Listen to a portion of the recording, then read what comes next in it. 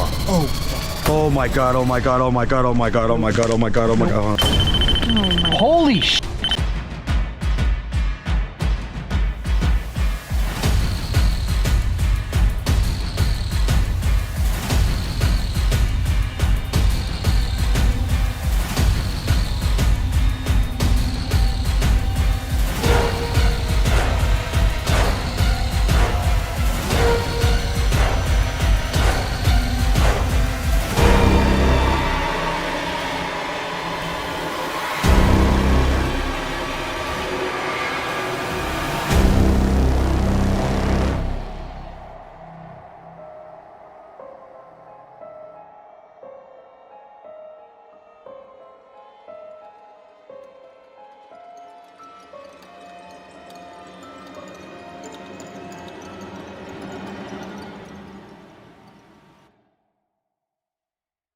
Hi friends, it's Joe with Paranormal Rabbit again. Today we are going to be doing a new kind of video. We are going to travel halfway around the world to Japan, and we are going to explore the infamous Aokigahara forest. This idea for the subject was brought up by one of the viewers named Deborah, who responded to my last video and asked if she could see something on the forest. So I think it should be quite interesting. It'll be a series, so it'll be in 4 parts. Introduction, and then we'll get on to the good stuff. I hope you enjoy it. Okay, are you ready? Let's go. This is the Aokigahara, commonly referred to as Jukai, meaning Sea of Trees. This forest became a popular hiking destination and is only a few hours away from Tokyo, in the Yamanashi Prefecture. In the year 864, Mount Fuji erupted violently for 6 months, resulting in the burial of entire villages under this massive field of hardened lava. Over the course of a millennium, a dense forest grew up over that lava field, with a mat of green moss and dense leaf and pine needle debris. The forest now casting its shadow on the snow-capped volcano. However, not everyone ventured there for fresh air and breathtaking views. Aokigahara held a darker allure. It had gained a dark reputation as being the most haunted forest in the world. But how did this serene and picturesque forest at the base of Mount Fuji become so intertwined with death and paranormal world? One theory dates back centuries to a morbid practice carried out by certain Buddhist monks. In Japan, Mount Fuji and its surrounding forests, including Aokigahara, are considered a sacred space. For more than a millennium, ascetic Buddhist monks would retreat into these large forests to engage in extreme forms of self-denial and meditation that eventually led to their deaths. According to a particular tradition, these monks would meditate in the forest for 1,000 days, subsisting solely on leaves and bark. Afterward, they would willingly be buried alive to continue their meditation in the underground crypts. The ultimate aim of all of this was to transform their bodies into, forgive me if I can't pronounce it right, sokushinbutsu, or a type of mummy, while they were still alive. Although 18 of these self-mummified monks' remains are displayed in parts of Japan right now, scientists believe they were actually mummified after their death. Aokigahara prominence in popular culture played a significant role in its association. In 1960, the Japanese author Shichio Matsumoto, again, if I can't pronounce it properly, I'm sorry, I apologize. He published a short story called Tower of Waves, which is kind of like our Romeo and Juliet. However, the book truly propelled the Aokigahara forest to fame was published in the 1990s. Author Wataru Tsurumi, again I apologize if I didn't pronounce it properly, he wrote a manual or an unadorned guide. Undoubtedly, this book generated significant controversy because it even included a section about Aokigahara Forest, describing it as the perfect place. Apart from the historical accounts and myths, it's believed that there exists a gate to hell and a demonic entity within the Aokigahara Forest. According to Japanese popular belief, if someone dies while consumed by deep feelings of hatred, anger, sadness, or a desire for revenge, their soul becomes trapped in this world and continues to wander. These souls are known as the eerie, and they appear to those who are affected by the curse or who cross their path. Eerie are also depicted in various modern cultural references, including movies.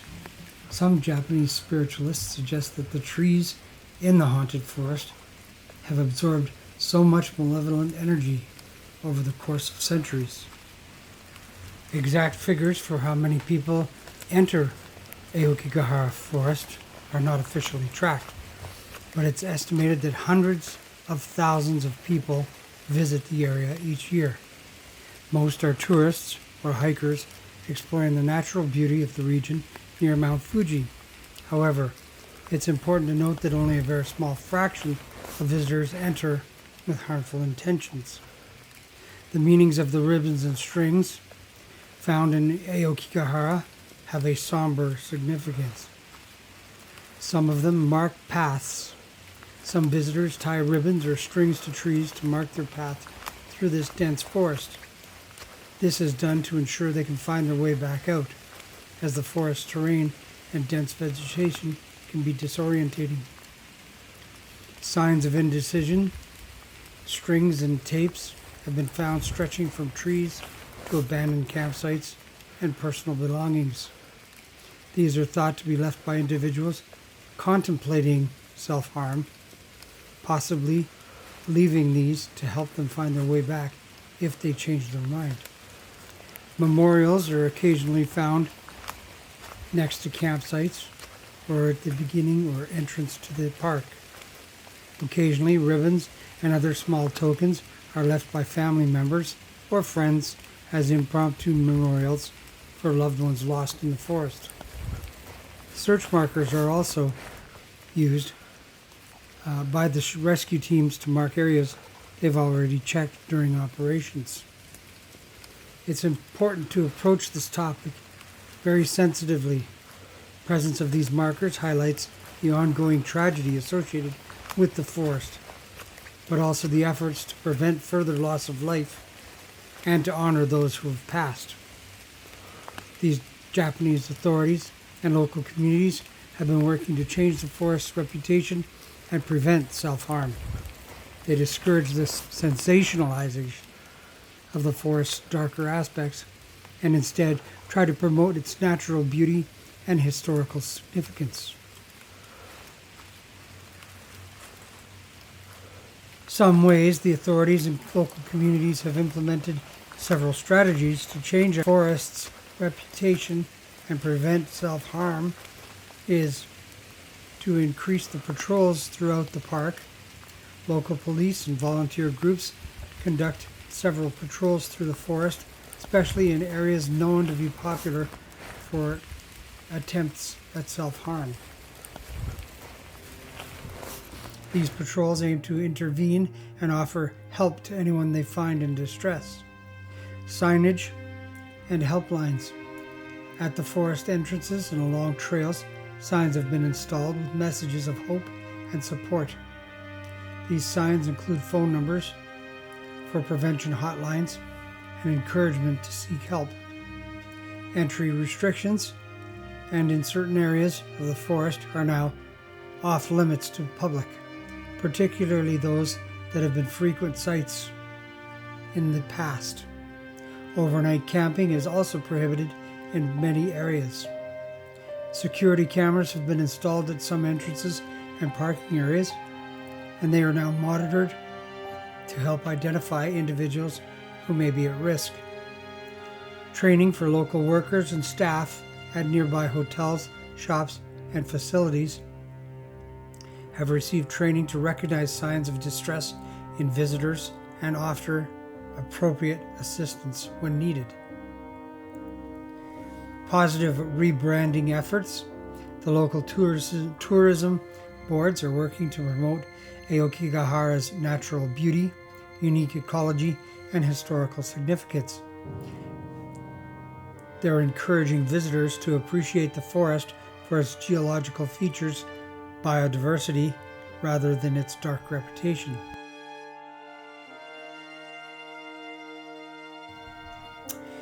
Educational initiatives have been started in schools and community groups, and they have implemented programs to raise awareness about mental health and self-harm prevention. Media outlets in Japan have been encouraged to report on findings responsibly, avoiding sensationalism and detailed descriptions that might inspire copycats.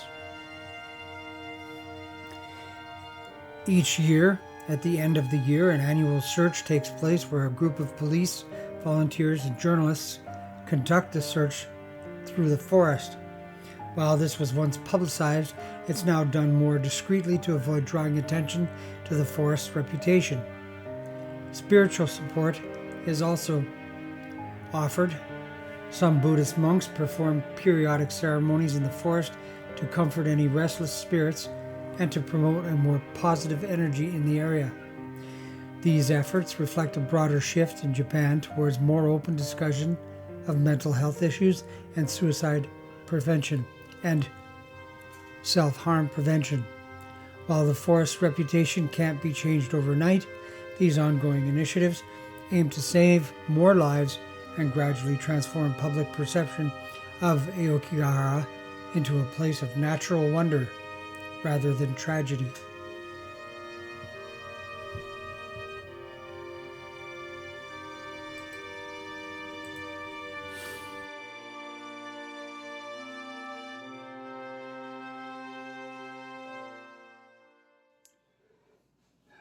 Okay, so that was the introduction. 3 more parts to go, and I promise. It may sound a little bit dry right now and kind of cerebral, but the next 3 are going to be better.